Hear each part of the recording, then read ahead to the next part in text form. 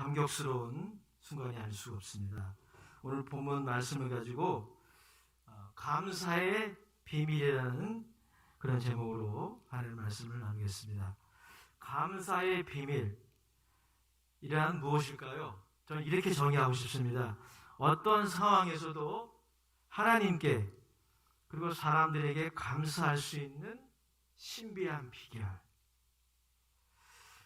어떠한 상황에서도 즉 범사에 하나님께 감사하고 또 사람들의 은혜를 잊지 않는 그런 감사의 비결이 뭘까 생각해 보기 원합니다. 그것은 바로 하나님의 은혜입니다. 하나님의 은혜가 그 감사를 가능하게 하는 것입니다. 은혜가 은혜를 나눈다는 말이 있습니다. 은혜가 은혜를 나누는 것. 그래서 여러분, 우리가 하나님의 은혜를 입게 될 때 우리는 그 하나님의 은혜, 지금까지 받은 하나님의 은혜, 또 이웃들에게 받은 은혜를 기억하게 돼요. 이 감사가 잘 되려면 기억을 잘 해야 돼요. 그래서 감사가 영어로 thank잖아요. 근데 생각하다라는 영어 단어가 think예요. 알파벳 I와 A 차이인데 그만큼 두 단어 사이에는 연관성이 많다는 겁니다. 우리가 감사를 잘 못하는 것은 하나님의 은혜를 많이 잊어버려요. 그리고 서로에게 은혜를 우리가 입고 살아가고 있는데, 가족들과 이웃들에게 은혜를 입고 살아가고 있는데 당장의 현실에 불만족스러운 모습만 바라보고 그 은혜를 우리가 망각할 때가 참 많아요. 그래서 우리가 감사를 하려면은 잘 생각을 해야 돼요. 기억을 해야 돼요. 그런데 그것이 또한 하나님의 은혜를 우리가 받을 때 되는 것입니다. 사실 여러분, 우리는 신앙인이나 비신앙인이나 은혜가 아니면 살아갈 수 없는 존재입니다. 인간은 그런 존재예요. 이 땅의 모든 사람들이 하나님의 은혜의 덕을 보고 살고 있어요. 근데 그 중에 어떤 사람은 그것을 인정하는 사람이 있어요. 신앙인들이 바로 그런 사람입니다. 어떤 사람은 인정을 안 해요. 내 능력으로, 내 실력으로 산다는 거죠. 사랑하는 여러분, 은혜가 아니면 사실 살아있으나 죽은 삶입니다. 이 은혜를 기억하는 삶이 아니면 살아있으나 죽은 삶이에요. 왜냐하면 감사가 없는 삶이니까요. 사랑하는 여러분, 감사로 충만한 삶을 사시기를 축원합니다. 오늘의 이야기는 욥의 이야기입니다.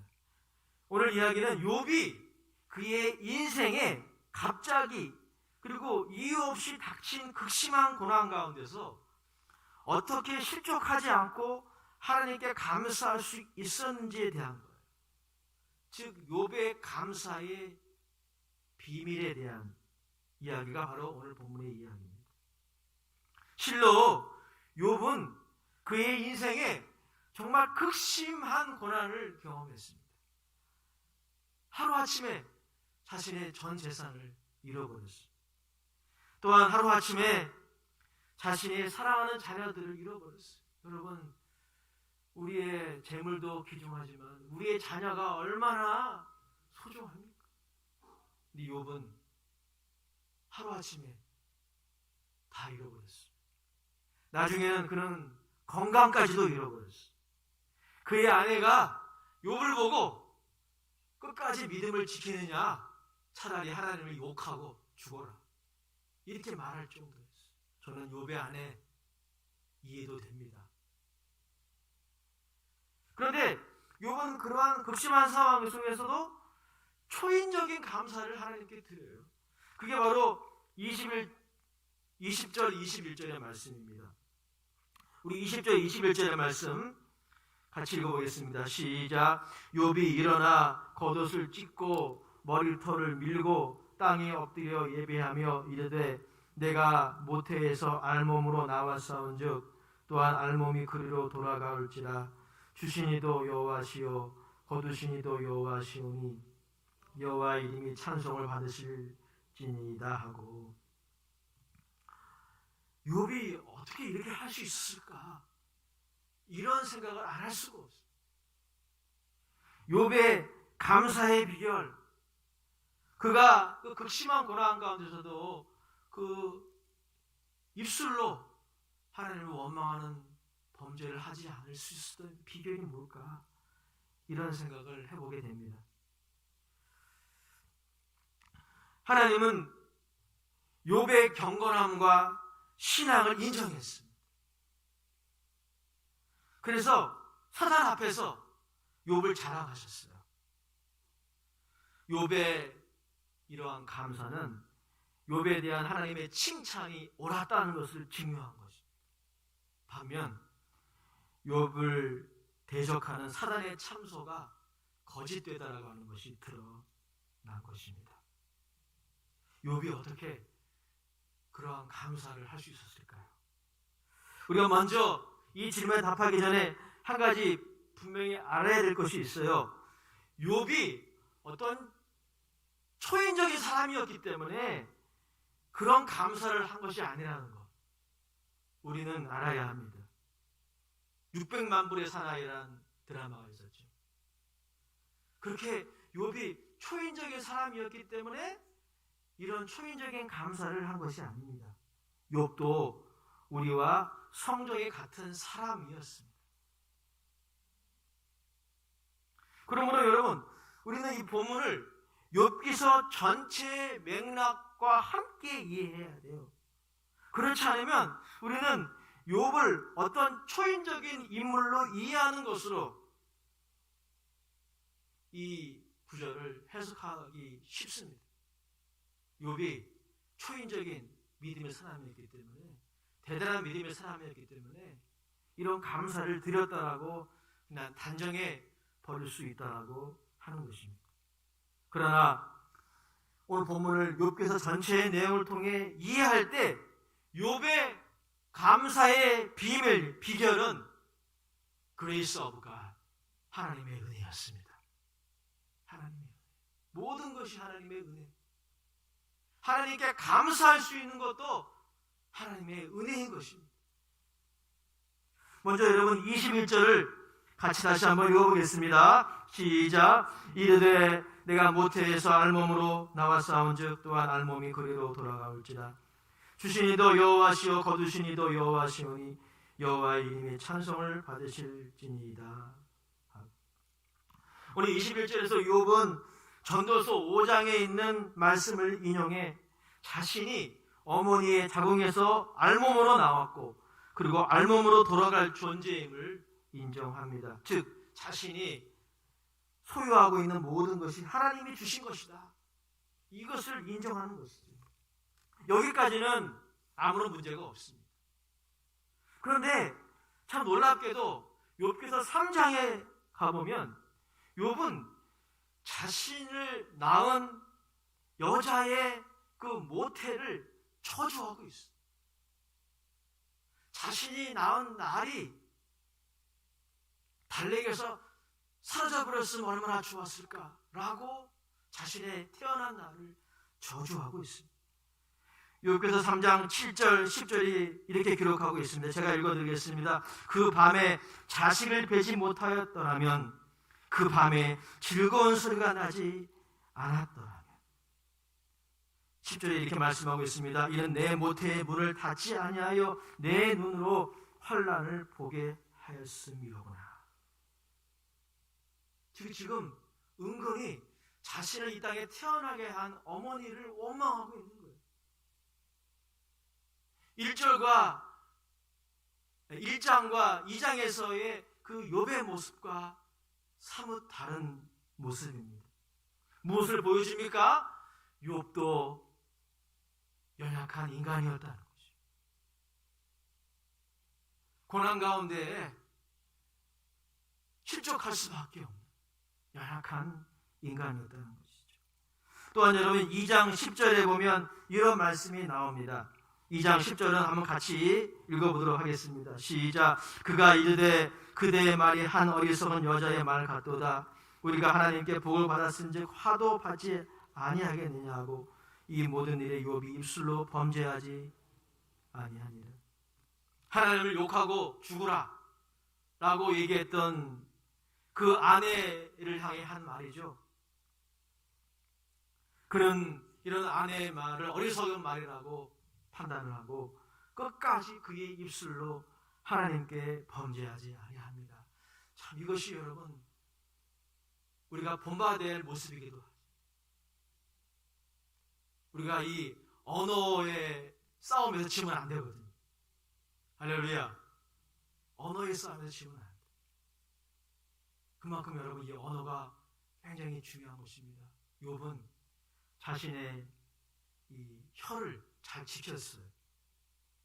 그런데 여러분 그의 속은 어떠했을까요?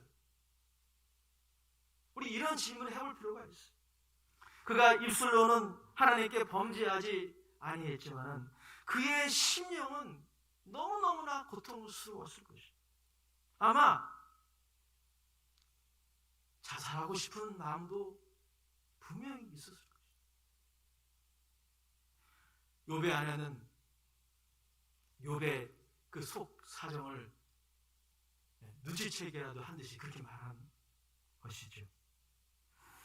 욥기서 후반부로 가보게 되면 그가 입술로는 범죄하지 않았지만 그 점은 너무나 훌륭한 것이죠. 하지만 그의 심령은 어떠했는지를 짐작할 수 있는 본문이 있습니다. 욥은 하나님이 자신을 다루시는 손길이 부당하다고 계속 호소합니다. 욥기서 7장 20절 21절에 이렇게 말씀하고 있습니다. 우리 같이 읽어보도록 하겠습니다. 시작. 사람을 감찰하시는 이여 내가 범죄하였던들 주께 무슨 해가 되오리까? 어찌하여 나를 당신의 관용으로 삼으셔서 내게 무거운 짐이 되게 하셨나이까? 주께서 어찌하여 내 허물을 사하여 주지 아니하시며 내 죄악을 제거하여 버리지 아니하시나이까? 내가 이제 흙에 누우리니 주께서 나를 애써 찾으실지라도 내가 남아있지 아니하리라. 욥은 하나님이 자신을 다루시는 손길이 부당하다라고 호소하고 있는 것입니다. 이러보건대 성서학자 뉴섬이라고 하는 학자가 말한 것처럼 시간이 지나면서 처음엔 그러지 않았는데 시간이 지나면서 욥의 하나님의 선하심에 대한 확신이 점점 약해지고 있다는 것을 우리는 볼 수가 있습니다. 욥도 이러하다면 저와 여러분들은 어떡할까요? 특별히 우리가 기도하고 또 고민하는 문제들이 금방 해결되지 않을 때 하나님을 향한 우리의 확신이 시간이 지나면서 점점 시들해지는 것을 우리는 경험합니다. 또 우리 주변에 예수님을 처음 믿을 때 가졌던 하나님을 향한 그 강한 확신들이 점점 시들해져서 이제는 하나님으로부터 멀리 떨어져 있는 성도님들도 많이 계십니다. 바로 욥도 그러한 상황을 경험하고 있는 것입니다. 또한 여러분은 욥의 세 번째 모습을 발견할 수 있는데요. 욥은 분명히 그를 찾아온 세 명의 친구와 달랐습니다. 욥을 찾아온 세 명의 친구는 욥의 고난을 그릇되게 해석했어요. 욥이 무언가 하나님께 불의한 일을 했기 때문에 이러한 극심한 고난을 당한다라고 그들은 나름대로 해석을 했습니다.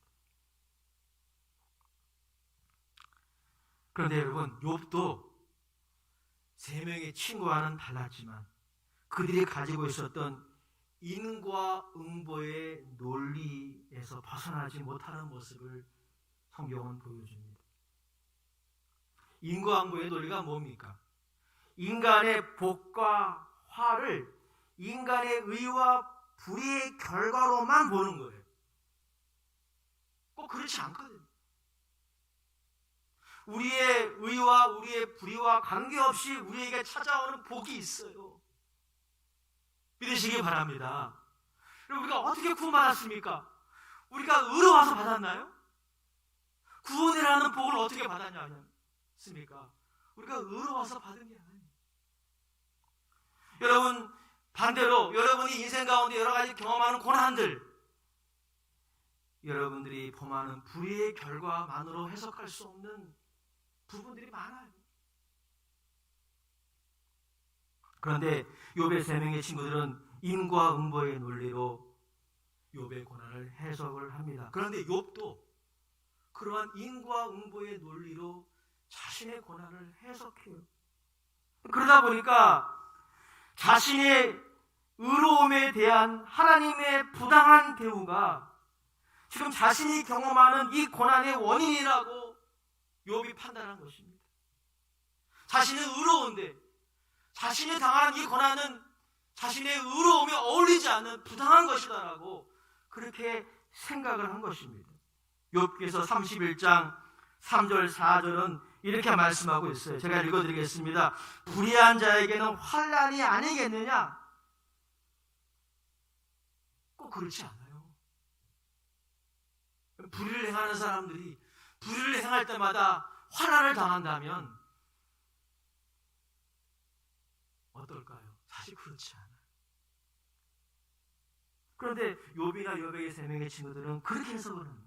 불의한 자에게는 환난이 아니겠느냐? 행악자에게는 불행이 아니겠느냐? 꼭 그렇지 않아요. 행악자들이 더 번성하기도 합니다. 4절에 이렇게 말씀하고 있어요. 그가 내 길을 살피지 아니하시느냐? 내 걸음을 다 세지 아니하시느냐?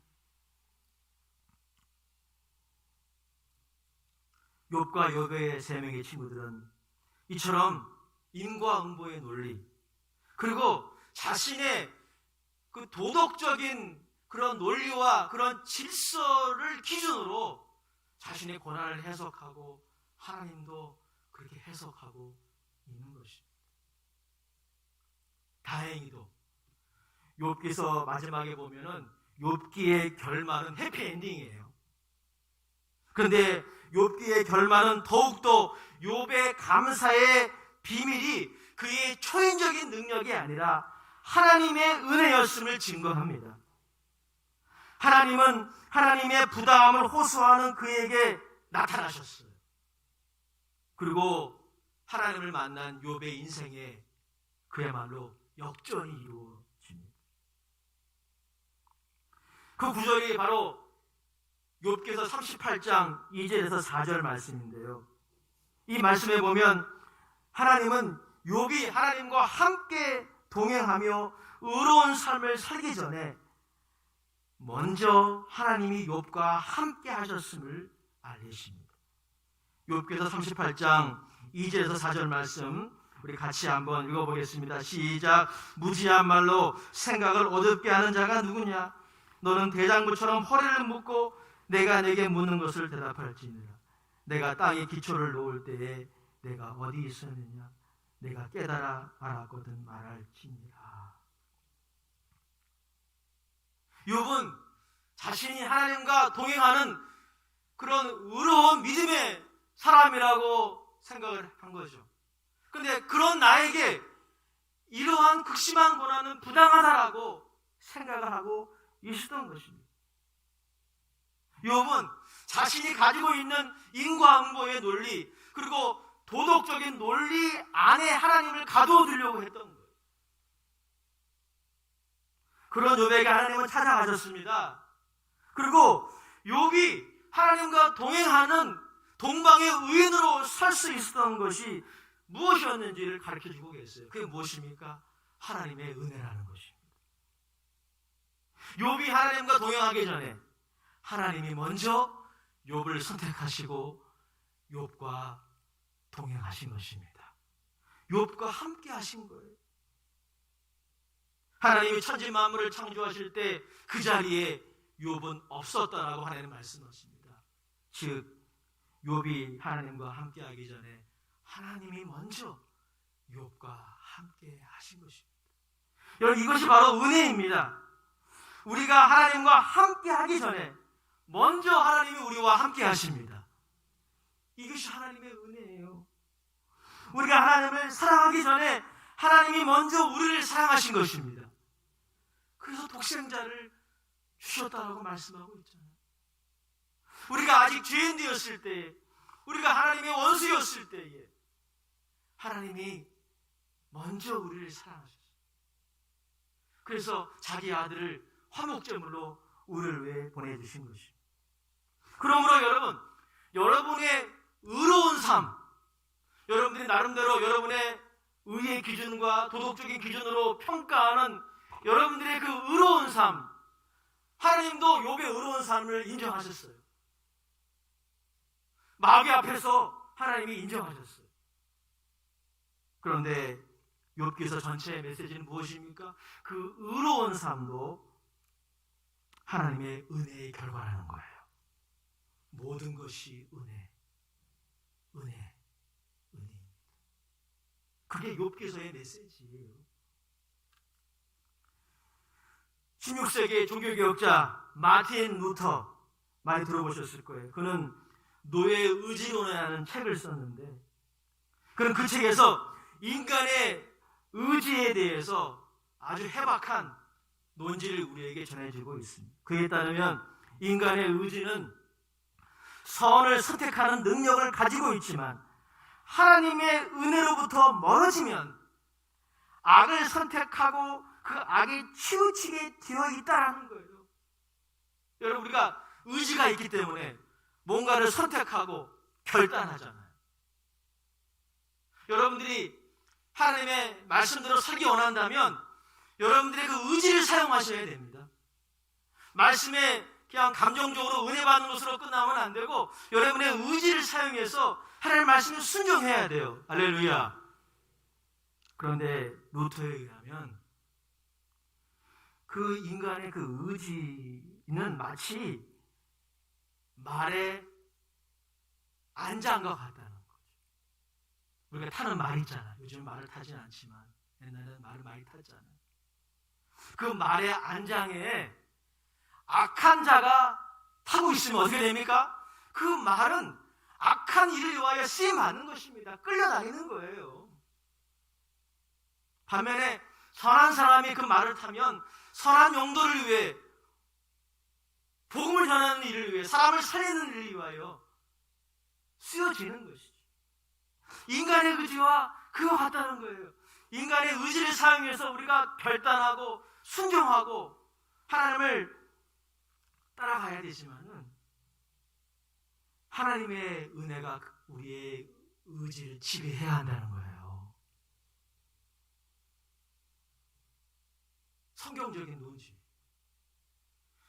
우리 인간의 의지, 또 의지에 있는 그 선택의 능력 너무나 귀한 것이고 하나님이 우리에게 주신 선물이지만 하나님의 은혜로부터 멀어지게 되면은 참 희한하게도요, 인간의 의지는 악으로 치우쳐.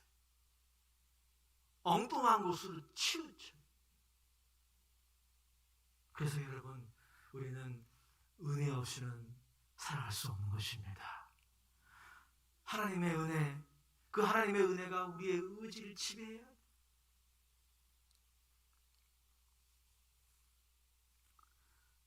사랑하는 여러분, 하나님은 욥에게 나타나셔서 그 욥이 가지고 있는 그 고정관념을 깨트리십니다. 그가 가지고 있는 고정관념이 무엇입니까? 서두번에 말씀드린 것처럼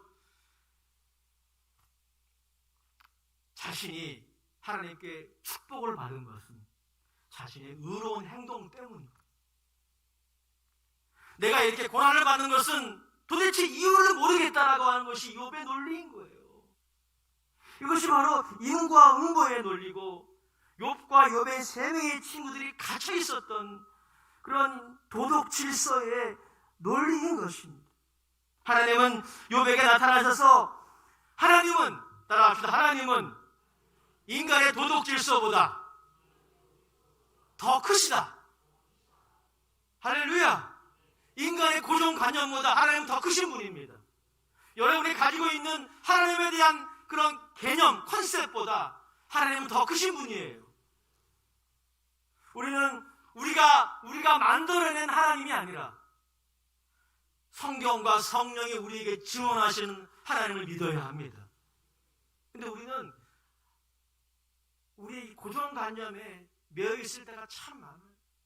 우리의 경험과 우리의 소견이 내가 만들어낸 그런 도덕적인 기준으로 가지고 하나님도 판단하고 사람들도 판단하는 거예요. 그러니까 고난에 대한 답이 안 나오는 겁니다. 분명 나는 의로운 삶을 살았는데 왜 이런 극심한 고난이 내게 임하는가? 하나님을 탓할 수밖에 없는 것이죠. 사랑하는 여러분, 욥은 하나님을 만남으로 인생의 비밀을 깨닫습니다. 우리의 인생에는 우리의 계산법으로 설명 안 되는 일이 많다는 거 여러분 기억하십시오. 우리 인생에는요, 인과 응보의 논리가 적용되는 부분이 분명히 있어요. 하나님의 말씀에 불순종하면, 하나님을 거역하면 고생합니다. 고생해요. 그런데 우리 인생에는 그러한 도덕률로 설명이 안 되는 일이 많아요. 그게 인생이에요. 그래서 인생은 어떻게 보면 수수께끼예요.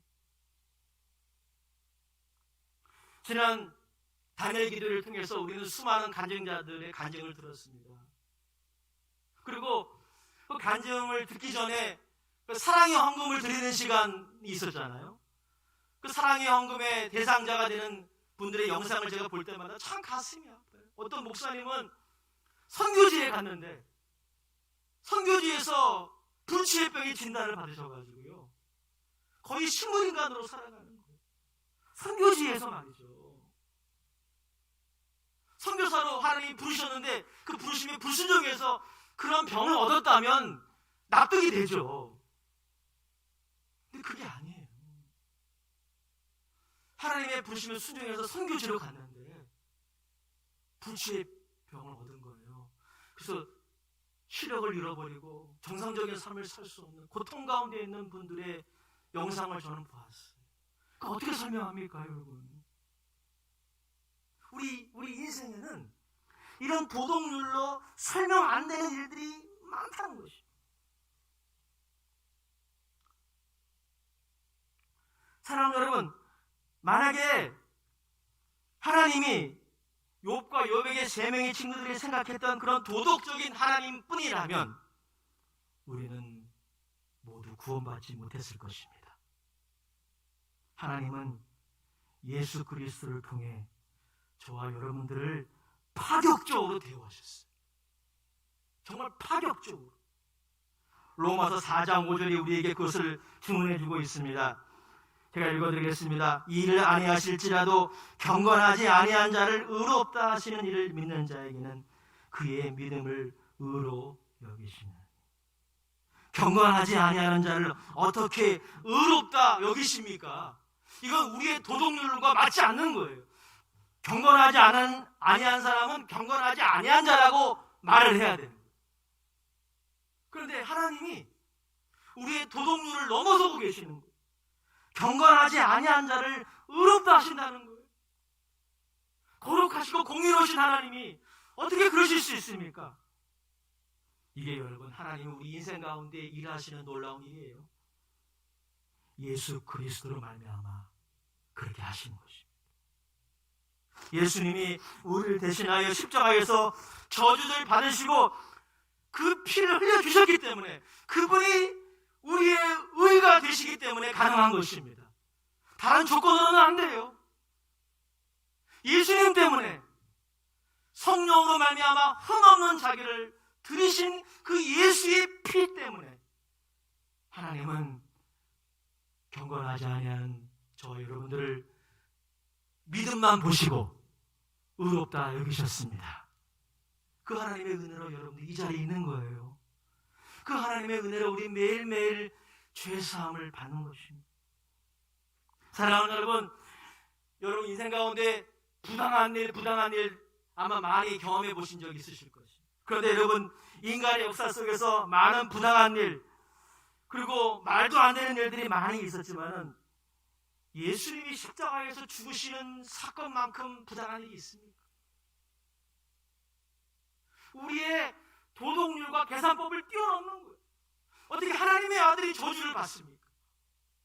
어떻게 하나님의 아들이 죄인 취급을 받습니까? 이것이야말로 우리의 도덕률과 계산법을 뛰어넘는 일입니다. 그런데 그것이 바로 하나님의 손길인 것입니다. 하나님의 은혜인 것입니다. 하나님의 은혜로 그것이 가능해졌던 것입니다. 그분이 우리를 위해서 죄로 여기심 받음으로 말미암아 우리가 하나님에게 의로 여기심을 받게 되었습니다. 이게 여러분 하나님의 계산법이에요. 이것은 여러분 믿음으로 받아들여야 됩니다. 다 이해 못해요. 하나님이 자기 아들을 아끼지 않고 우리를 왜 주시기까지 우리를 사랑하신 그 하나님의 경륜과 계획을, 그 사랑의 그 크기와 높이와 지혜를 우리가 다 어떻게 이해할 수 있겠어요? 하나님의 은혜라고 믿음으로 받아들여야 합니다. 감사함으로 받아들여야 합니다. 그러면 구원받는 거예요. 결론입니다. 욥은 이렇게 하나님을 만남으로 자신의 인생에 진정한 감사를 드릴 수 있었어요. 욥기서 42장 5절 6절 마지막으로 우리 같이 한번 읽어보도록 하시겠습니다. 욥기서 42장 5절에서 6절입니다. 시작. 내가 주께 대하여 귀로 듣기만 하였사오니 이제는 눈으로 주를 배움나이다. 그러므로 내가 스스로 거두어드리고 티끌과 제 가운데서 회개하나이다. 욥은 하나님을 만남으로 자신의 의로운 기준으로 하나님을 판단하는 오만을 회개합니다. 그리고 하나님을 인격적으로 만남으로 그의 모든 회한과 상처와 섭섭함이 치료됩니다. 지식적으로 들었던 하나님을 이제 믿음의 눈으로 보게 된 것입니다. 그리고 그를 정죄했던 3명의 친구를 용서하고 그를 위해 중보기도를 드립니다. 그 후에 욥의 인생은 그 이전보다 더 복되게 회복됩니다. 사랑하는 여러분, 이것이 바로 감사의 비밀입니다. 감사의 비밀은 하나님의 은혜입니다. 고난 가운데 있는 저와 여러분들, 그래서 이제는 실족할 수밖에 없는 거예요. 그런데 욥을 하나님이 붙들어 주신 것입니다. 이것이 바로 하나님의 은혜예요. 이것이 여러분 고난 가운데 하나님께 우리의 중심으로 감사할 수 있는 감사의 비밀입니다. 이번 추수감사주일에 이 하나님의 은혜로 나된 것이 하나님의 은혜임을 깨닫고 당연하게 여겼던 것들을 하나님의 은혜로 알게 되시는 여러분 되시길 주의 이름으로 축복합니다. 이 모든 것이 하나님의 은혜요, 가족과 이웃의 은혜라는 것을 깨닫고 하나님께 최고의 감사를, 이웃에게 따뜻한 감사를 드리는 여러분 모두가 되시기를 주의 이름으로 축복합니다. 무엇보다도 정말 감사하기 힘들 때가 있잖아요. 제가 어저께 사실은 설교를 준비했지만 욥의 이런 큰 고난 말고요, 우리는 작은 그런 화나는 일 때문에 감사를 잃어버릴 때가 많잖아요. 어제 사모님하고 저기 마트에 장을 보러 갔는데 넥타이를 샀어요. 오늘 하려고. 그 넥타이를 사서 계산을 하고 이제 집에 와야 되는데 그 밤이었어요. 그래서 이제 여러분께 드릴 요구르트하고 다 샀거든요. 그 요구르트는 차에 싣고 또 다른 것들도 차에 실었는데 그만 넥타이를 안 실었어요. 집에 와보니까 밥을 먹으니까 생각이 나는 거예요. 순간적으로 속된 말로 야마가 도는 거예요. 인간이 여러분 이렇게 쉽게 무너져요. 그래서 막 짜증을 내고 싶은데 사모에게 뭐 했냐고, 그거 안 보고 뭐 했냐고 짜증내고 싶은데 속에 하나님의 음성이 들리는 것 같아요. 야, 내일 너 설교해야 되잖아. 그래서 화를 가다듬고 다시 마트로 갔어요. 찾았을까요? 못 찾았을까요? 못 찾았습니다. 사랑하는 여러분, 정말 감사하기 힘들 때가 있어요. 큰 일일 수도 있고 작은 일일 수도 있어요. 여러분 그때 따라합시다. 나는 하나님의 은혜를 떠나서는 살아갈 수 없습니다. 그것을 인정하고 더욱 하나님의 은혜를 의지하시기 바랍니다. 하나님의 은혜 안에 거하시기 바랍니다. 아버지 하나님, 2021년 추수감사절 욥의 감사의 비밀과 비결을 통하여 우리의 감사의 고비가 있을 때 우리가 작은 일에도 우리의 감사가 무너집니다. 그때 하나님의 은혜가 아니면 나는 살아갈 수 없음을 더욱 깨닫고 겸손하게 하나님의 은혜 가운데 거하는 우리 모든 성도들이 되게 하여 주시옵소서. 그래서 하나님이 기뻐하시는 그런 감사의 제물이 되게 하시고 가족과 이웃들에게 감사하는 복된 추수감사주일 되게 하여 주옵소서. 예수님의 이름으로 축복하며 기도드립니다. 아멘. 말씀을 생각하며 찬송가 308장